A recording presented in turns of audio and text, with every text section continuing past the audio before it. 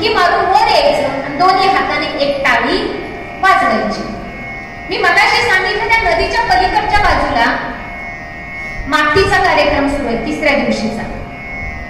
हा आंधळा त्यावेळेला खाली नदीमध्ये बुडला आणि उठून त्या डुबकी मारून फुटला आणि वर एक दोन्ही हात घेऊन अशी टाळी वाजवायचा प्रयत्न केला. तसं त्या नैवेद्यावर झडप घालणारा जो कावळा आहे तो कावळा बरोबर त्याच्या टाळीमध्ये जाता जाता काय झाला, सापडला.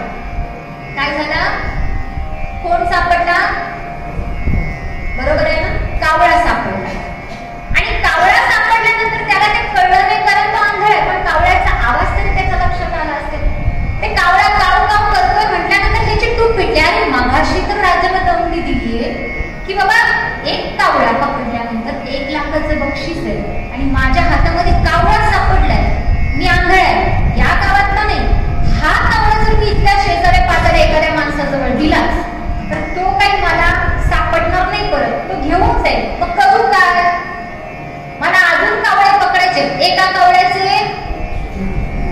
1 लाख, माझे जर 10 पकडले तर 10 लाख म्हणजे मी लखपती होणार आहे. हा विचार त्यानं केला. तो कावळा दुसऱ्या कोणाच्या हातात न देता त्यानं काय केलं, पदरात मारला आणि त्याच्या लक्षात आलं की आपण कावळा कसा काय पकडला. पद्धत सोपी आहे. आपण नदीमध्ये उतरलो, नदीमध्ये उतरल्यानंतर एक डुबकी मारली, डुबकी मारून परत वर आलो, वर आल्यानंतर दोन्ही हाताने टाळी वाजवली, कावळा आपोआप हातामध्ये सापडला. ही कावळा पकडायची पद्धत आहे. ही कुणाचा समज आहे, आंधळ्या माणसाचा. कुणाचा आहे, आंधळ्या माणसाचा. त्यानं तेच केलं. असलेला पहिला कावळा बगलेमध्ये मारला आणि तो पुन्हा नदीमध्ये गेला, डुबकी मारली आणि वर येऊन दोन्ही हाताने टाळी वाजवणार. कावळा सापडेल का, सापडेल का, सापडलाय कुणाला, सापडणार नाही. आणि असलेला कावळा सुद्धा, हे कुणाचं सांगते मी, कावळ्याचं. हा कावळा म्हणजे दुसरं तिसरं काही नाही. हा जो आपल्याला 2 हाताचा, 2 पायाचा, एका नाकाचा, 2 डोळ्याचा जो नरदेह दिलाय तो कावळा आहे. लक्षात घ्या. सहजासहजी सापडलाय तर त्याचा काय केला पाहिजे, उपयोग केला पाहिजे. आजपर्यंत नाही केला पण आता इथून पुढे तरी. आणि म्हणून महाराज हा संदेश देण्याचा प्रयत्न करतात की आता तरी पुढे. हेच अभंगाचं प्रथम चरण. आता तरी पुढे, आता तरी पुढे, आता तरी पुढे,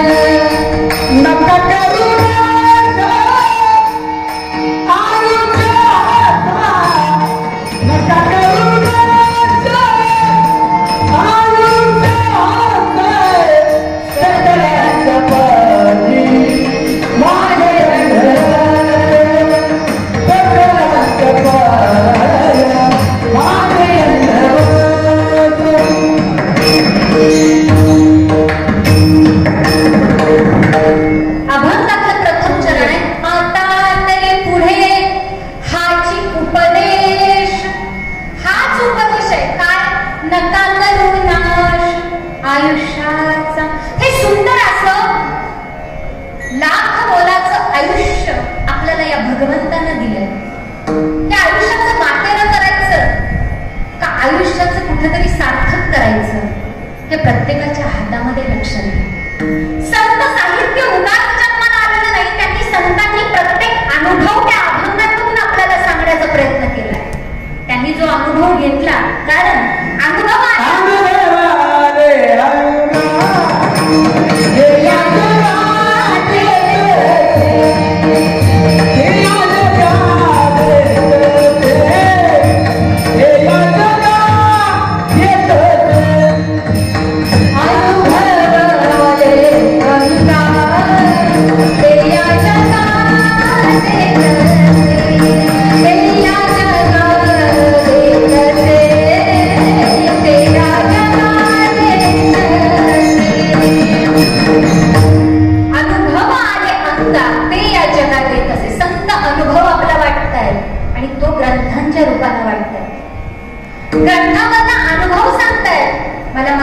सांगितलं की काकांची भगवद्गीता मोफत होती आणि भगवद्गीतेचं जे टीकात्मक विश्लेषण जे केलंय माझ्या माऊलींनी ती म्हणजे ज्ञानेश्वरी. तो साधा ग्रंथ नाहीये. प्रत्येक अनुभव प्रत्येक उदाहरणानं पटवून देताना माझ्या माऊली प्रत्येक श्लोक सांगतायत, ओळी सांगतायत. पण आपल्या काही लोकांना पटतं की ज्यांनी ज्ञानेश्वरी गाथा हातामध्ये घेतली आजपर्यंत नाही घेतलं. महाराजांनी उपदेश केले आता तरी पुढे, आता तरी पुढे म्हणजे काय? त्या मनुष्य देहाला आल्यानंतर काय करा? असंच आयुष्य वाया घालवू नका. एकतर अल्पायुष्य आहे.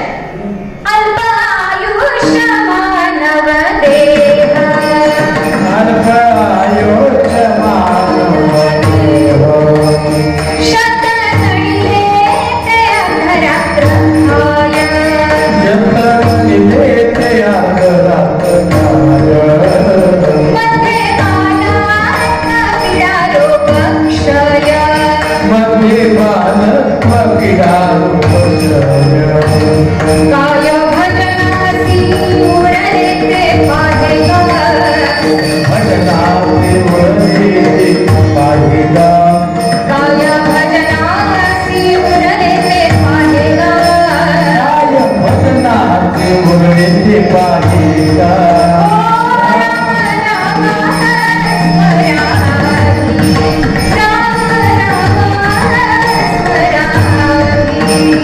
राम राम स्मरामि, राम राम स्मरामि. आयुष्य अल्प आहे, अल्प. किती वर्षाचं आयुष्य आहे आपल्याला? किती वर्षाचं? 100 वर्षाचं. पण एखादा ठामपणे सांगू शकतोय का बाबा मी 100च वर्ष जगणार आहे? सांगू शकताय कोणी? कोणी सुद्धा ठामपणे सांगू शकत नाही की मी 100 वर्ष जगणार आहे. आपण सरासरी 70 वर्षाचं धरून चालू. किती झालं? 70 वर्षाचं. अल्प आयुष्य मानव देह, 70 वर्षाचं आयुष्य धरून चालू. या 70 वर्षामध्ये शतगणिले ते अर्धरात्र खाय. सरळ सरळ अर्थ आहे. काय अर्थ आहे? त्या 100 वर्षामधलं आपण 70 धरलं, 70 वर्षामधलं अर्धा आयुष्य हे कशामध्ये जातं? राहिलं किती? माझं गणित थोडं कच्च आहे. किती राहिलं? 35 वर्षाचं. या 35 वर्षाच्या आयुष्यामध्ये जर आपली झोप एक 35 वर्ष गेली तर ती झोप तर काही साधी असते का? अहो 2 पादर कीर्तनामध्ये पण इथं नाही बरं स्टेजवर कोणी, पण कीर्तनामध्ये आता आमची रात्रीची कीर्तनाची वेळ असते 9 ते 11:30. एक ह्या बाजूला बसलं 300 किलोचं आणि एक ह्या बाजूला 200 किलोचं. कीर्तन सुरू आहे आणि इकडं सपाटच. एक म्हणते दुसरं म्हणते. बापरे म्हटलं ह्या दोघांचं चांगलंच चालेल. माझ्यापेक्षा मोठ्याच्या मोठा आवाज त्यांचा. म्हटलं ग बस जरा. म्हणजे अशा झोपेमध्ये आपलं आयुष्य चाललंय. काय काय लोक झोपेत काय काय बरळतात ते सुद्धा कळत नाही. एकीचे वडील कंडक्टर होते. त्या मुलीचं लग्न झालेलं आणि ती मुलगी सासरी आपल्या चांगली नांदत होती. वडिलांना वाटलं बाबा अजून एक धाकटी लेक आहे, आपल्या मुलीचं चांगलं चाललंय, कंडक्टर जावई.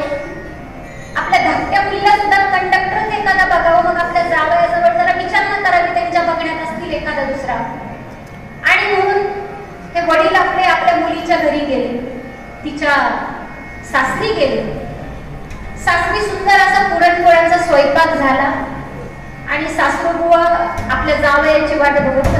जावई दिवसभर त्या ड्युटीवर, कंडक्टर होते त्यामुळे त्यांचं काम दिवसभर त्या प्रवाशांचं काय असेल ते तुम्हाला माहितच आहे. सगळ्यांचा प्रवास सुरू आहे. हे थकून भागून दमून जेव्हा घरी आले तेव्हा सासरी बुवा त्यांच्याच खोलीमध्ये झोपले त्यांची वाट बघून बघून. आणि कंडक्टर जावयाला पाहिलं बाबा आपले सासरी बुवा शांतपणे झोपलेत, आपण सकाळी चर्चा करू. आणि म्हणून त्यांनी आपलं उरलेलं जे दिवसभरातलं जे काही राहिलेलं लिखाणाचं काम होतं ते लिखाणाचं काम करायला टेबल खुर्चीवर बसले. रात्री 11, 11:30ची वेळ. आणि हे ते लिखाण काम करता करता त्यांना कधी झोप लागली कळलंच.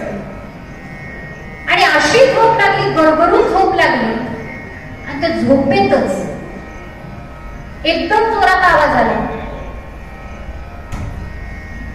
वर चढा.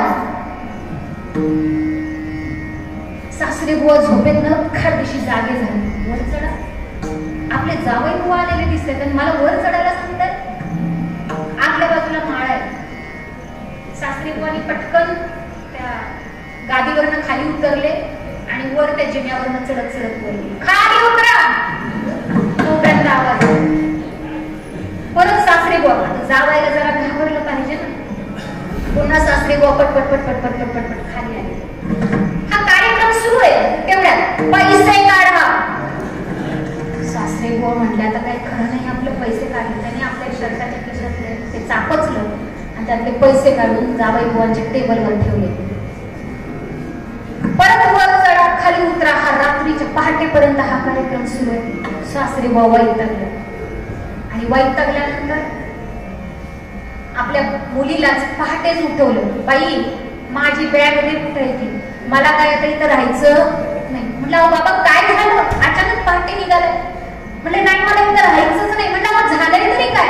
अगं म्हटले काय, रात्रीपासून खाली चढा वर उतरा पैसे काढा, खाली चढा वर उतरा पैसे काढा. झालंय काय तुझ्या नवऱ्याला? अहो म्हणले बाबा मी विसरले तुम्हाला सांगायचं. म्हटलं काय? त्यांना झोपेत बरळायची सवय. म्हटलं काय? जे दिवसभरात करतात ना प्रवाशांना, वर चढा खाली उतरा पैसे काढा, तो खेळ तुमच्या सोबत ते खेळ बघून. म्हणले आता माझी जी लेक आहे ना, एक दिली ती दिली, पण आता भिकाऱ्याला देईन पोरगी, पण कंडक्टरला देणार. अशा झोपेत जर आपलं आयुष्य गेलं, त्या आयुष्याचा नाश झाल्याशिवाय राहील का? राहील का? पण त्या झोपेतलं सांगितलं तुम्हाला, 35 वर्ष झोपेत गेली. मध्ये बालत्व, बालपण किती? 12 वर्षाचा जन्म झाला, 12 वर्षापर्यंत बालपण. 35 मधली 12 काढा, राहिली किती? हा बरोबर आहे ना? 23 वर्ष राहिली. 23 वर्षामधली 5 वर्ष तुमची पीडा, रोग, क्षय ह्याला खाली, राहिली किती? 18. आणि 18 वर्ष लग्न संसारामध्ये मुलाबाळांमध्ये घालवली. काय भजनासी उरले ते? काय केलं? ज्याला हा सुंदर देह दिलाय, त्या सुंदर भगवंताची आठवणच आपण करत नाही. माऊली गोड सांगतायत, लक्षात घ्या, गोड सांगतायत की ज्याने ही संपूर्ण सृष्टी चालवली आहे, संपूर्ण सृष्टीची सत्ता ज्याच्या हातामध्ये आहे ना. ज्ञानेश्वरीचा 9वा अध्याय कधी उघडला तर बघा, त्या अध्यायामध्ये माऊली गोड सांगतायत,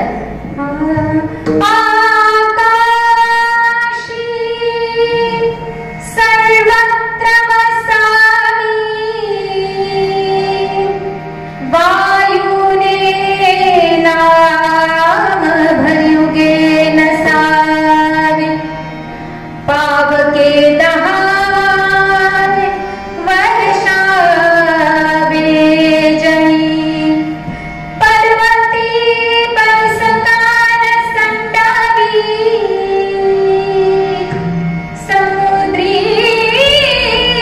रेखान ओलांडावी पृथ्वीया भूते बहावी हे अज्ञान. सुंदर ओव्यात लक्षात घ्या. या ओव्यांमधून सांगितलंय काय माऊलींनी? आकाशी सर्वत्र वसामी. आकाशाला सांगितलंय, हे आकाशा तुझी चराचरामध्ये व्याप्ती असली पाहिजे. आज आकाश संपूर्ण चराचरामध्ये व्याप्त आहे. अशी कुठलीच जागा नाही जिथे आकाश नाहीये. साधं छोटस एखादा तांब्या किंवा भांड जरी घेतलं ना, तर त्यात आकाश तत्व घडलं.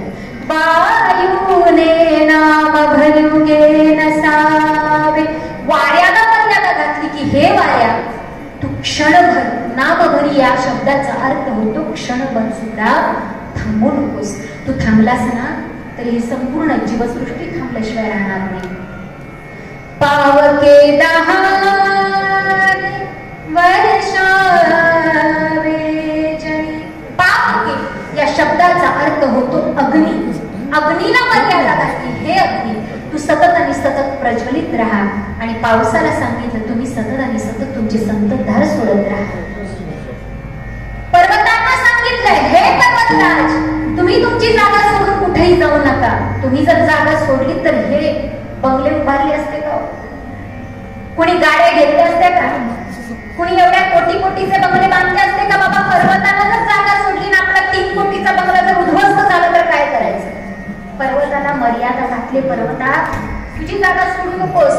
समुद्राला सांगितले समुद्र रेखानं ओलांडावी. या मर्यादा घालणारा कोण आहे त्याची जाणीव असू द्या जरा.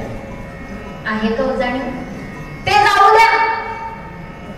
हा देह ज्या 5 तत्वांचा बनलाय पृथ्वी आकाश वायू, पृथ्वी आप तेज वायू आणि आकाश या 5 तत्वांचा बनलेला हा देह, या देहामधलं एक जरी तत्व संपलं तरी आपल्याला हा देह सोडावा लागेल. आणि तो देह सोडून आपली रवानगी कुठं होते?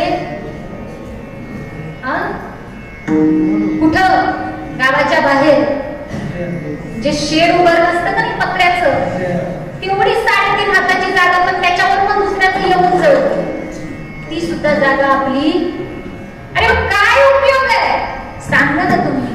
एवढं सगळं आपण करायचं त्या देहामध्ये येऊन जर 3.5 हात जर जागा जरी आपल्याला भेटत नसेल, सांगा ना कोण जाते का बरोबर घेऊन? तरी सुद्धा आम्ही त्या पाठीमागं लागले. महाराज म्हणतायत अरे ज्या भगवंतांना हा सुंदर देह दिलाय त्या भगवंतासाठी थोडासा वेळ काढा. कोण म्हणत नाही संसार सोडू नका, पण खरं सांगू संसार ही गोष्ट कधीही न संपणारी आहे, कधीही न संपणारी. पण परमार्थ लक्षात घ्या.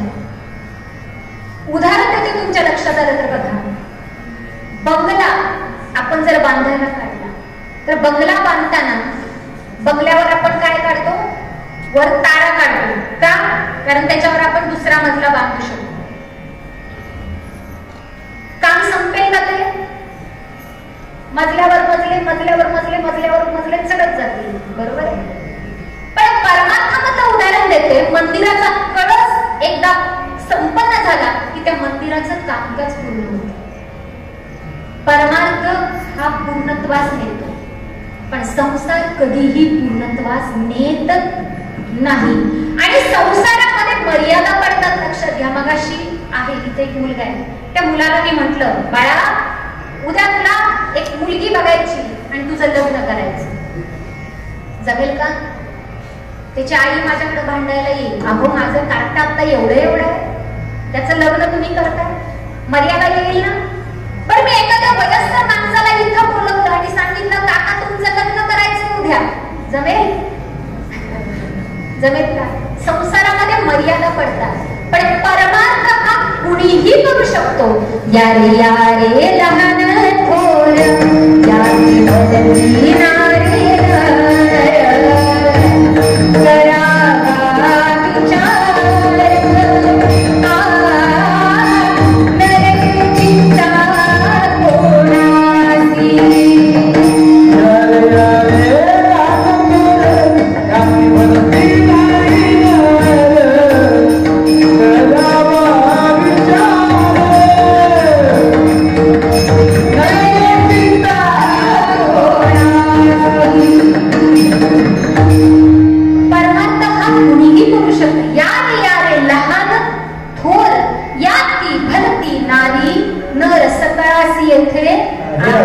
अधिकार, परमार्थातला अधिकार प्रत्येकाला दिलाय. इथं उच्च नीच भाव ठेवलेला प्रत्येकाला या, पण संसारामध्ये तो अधिकार आहे का? संसारामध्ये कुठेतरी मर्यादा पडतायत, पण ही मर्यादा सुद्धा भगवंताने परमार्थामध्ये काढून घेतली तरी आपल्याला कळू नये. आणि म्हणून महाराजांना उपदेश द्यावा वाटतोय. पण तो उपदेश आपण किती जरी आत्मसात करण्याचा प्रयत्न केला, आत्मसात करू शकतोय का? नाही. आणि म्हणून महाराज म्हणतात उपदेश देऊन थांबलो, आता पाया पडून विनंती करतोय अभंगाचा द्वितीय चरण.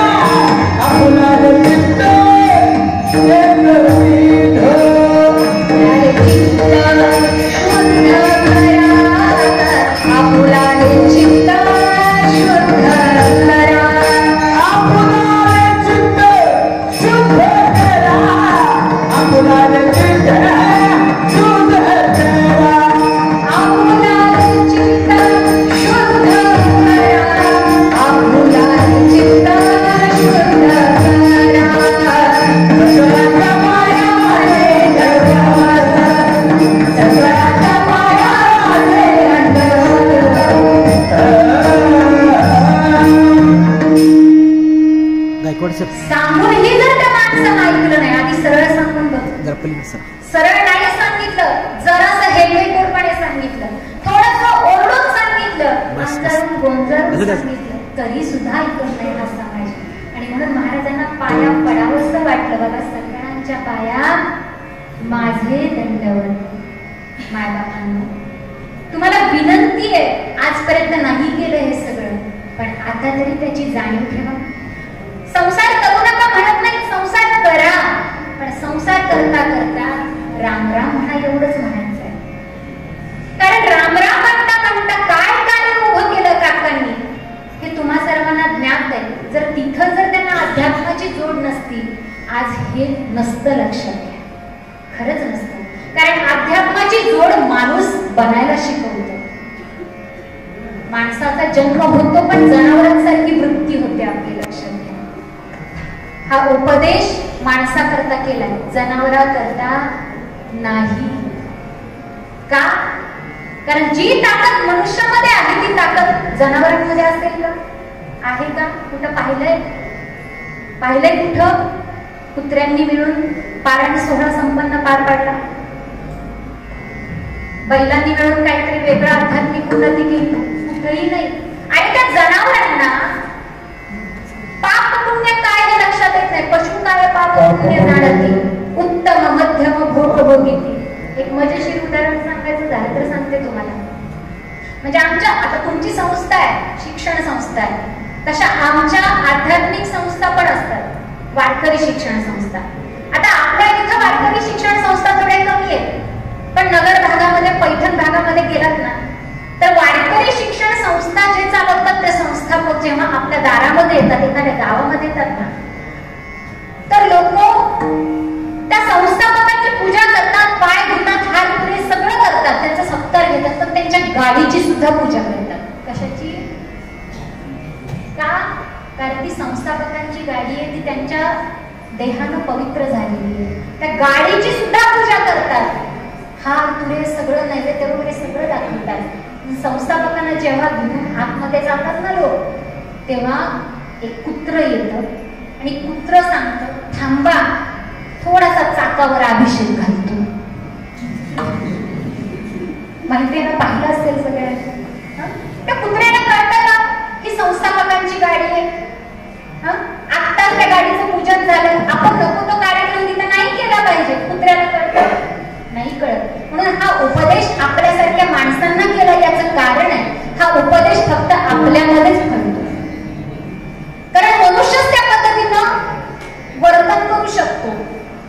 पाऊस पाणी पाण्याचं काम करतोय, पाणी एकसारखं आहे, पण पाण्याची जागा वेगळी आहे, लक्षात घ्या. स्वाती नक्षत्रातला पावसाचा थेंब हा एखाद्या शिंपल्यामध्ये पडल्यानंतर त्या शिंपल्यामध्ये त्या पावसाच्या थेंबाचं रूपांतर काय होतं? सगळ्यांना माहिती असेल, मोती तयार होतो. काय होतो? मोती. त्याच स्वाती नक्षत्रातल्या पाण्याचा पावसाचा थेंब जर गटारामध्ये पडला तर त्याचं काय होतं? ते गटारामध्ये होऊन जातं, घाण आणि अशुद्धच होतं. त्याच पावसाचा थेंब जेव्हा एखाद्या आळूच्या पानामध्ये पडतो तेव्हा तो हिऱ्यासारखा चमकतो. त्याच पावसाचा पाण्याचा थेंब जेव्हा एखाद्या विस्तवावर पडतो तेव्हा तो नाहीसा होऊन जातो. आणि त्याच पावसाचा थेंब, त्याच नक्षत्राचा जेव्हा तो पावसाचा पाण्याचा थेंब एखाद्या सर्पाच्या तोंडामध्ये पडतो तेव्हा त्याचं काय होतं? विष बनतं. आपण त्या पावसाचा पाण्याचा थेंब आहोत, कुठं पडायचं हे आपण ठरवायचं. हे आपण ठरवायचं. तेव्हा तो मोती बघ कुठं असतो, तो मोती राजाच्या मुकुटाला किंवा भगवंताच्या मुकुटामध्ये चमकतो. फुलं सुद्धा बघताय तुम्ही, काही फुलं टवटवीत झाडालाच असतात, काही फुलांची जागा भगवंताच्या पायाशी असते, काही फुलांची जागा भगवंताच्या गळ्यामध्ये हार म्हणून राहते, काही फुलांची जागा प्रेतावर वाहण्याकरता ठेवतात. फुलं वेगळी आहेत, पण त्या फुलांची जागा निर्माण करणं हे आपलं काम आहे, लक्षात घ्या. त्यामुळे हा देह आपल्याला दिलाय भगवंताने, देवे दिला देह भजना गोवंता, तो बाधीकारक व्हावा असं कुणीही वागायचं नाही. फक्त माणसाने एक लक्षात जनावर म्हणून न वागता माणसानं माणूस म्हणूनच जगलं पाहिजे. आज तुम्ही शिक्षण संस्था चालवताय. शिक्षण संस्थेमध्ये नाही म्हटलं तर तुम्ही 250 ते 300 स्टाफ मेंबर तुम्ही असाल. तुमच्या हाताखाली लाखो विद्यार्थी शिकवून जातात. आता 7000 विद्यार्थी आहेत. प्रत्येक विद्यार्थी वेगवेगळा आहे. प्रत्येकाची कुवत वेगळी आहे. पण आपण एक मार्गदर्शन करणारे असतो. या पृथ्वी तलावरचा सगळ्यात पहिला गुरु जो असेल तो आई असतो. त्यानंतर वडिलांना मातृदेवो भव, पितृदेवो भव आणि नंतर तिसऱ्या नंबरला स्थान आचार्य देवो भव. भगवंताचं स्थान आपल्याला दिलं. मग भगवंतांना भगवंतच बनलं पाहिजे. कारण मुलं, आता माझा मुलगा आता पहिलीच्या इयत्तेमध्ये शिकतोय. माझं B.Ed झालंय. 3 विषयांमध्ये ग्रॅज्युएशन आहे माझं. पण माझा मुलगा माझा ऐकत नाही. तू कुणाचं ऐकतोय? आई तू कसली पद्धत शिकवतेस ग? आमच्या सरांनी आम्हाला सोपं सांगितलंय. आमच्या सरांच्या पद्धतीनंच मी ऐकणार. मी आमच्या सरांच्या पद्धतीनंच करणार. तो माझा ऐकेल का? त्यामुळे आपण ज्या पद्धतीने राहणार आहोत तेच वर्तन ती मुलं करणार आहेत. आणि हे शिक्षण सुद्धा आपल्याला दुसरीकडून नाही मिळत. स्वतः तुमचे संस्थापक जे गेले, ज्यांचं पुण्यस्मरण आहे, ते पुण्यस्मरण असणारे आपले संस्थापक, त्यांनी स्वतःचा जो भाव ठेवला तोच भाव अंतःकरणामध्ये ठेवून आपण ही शिक्षण संस्था एकत्रितरित्या चालवायची. हेच काम आपण करायचंय. तेही अगदी एकत्र येऊन तुम्ही आम्ही खेळी मेळी गदारोळी आनंदे. हा खेळ दोघे एकल्याचा आहे. एकट्यानं करायचं नाही. सगळ्यांना एकत्रित घेऊन करायचं आहे. आणि एकत्रित होतं त्याला काय म्हणायचं? भजन. आणि हे चिंतन महाराजांनी अभंगाच्या 3ऱ्या चरणामध्ये सांगितलं. याच देई इथं ते करावे देवाचे चिंतन, इथं ते करावे देवाचे चिंतन, इथं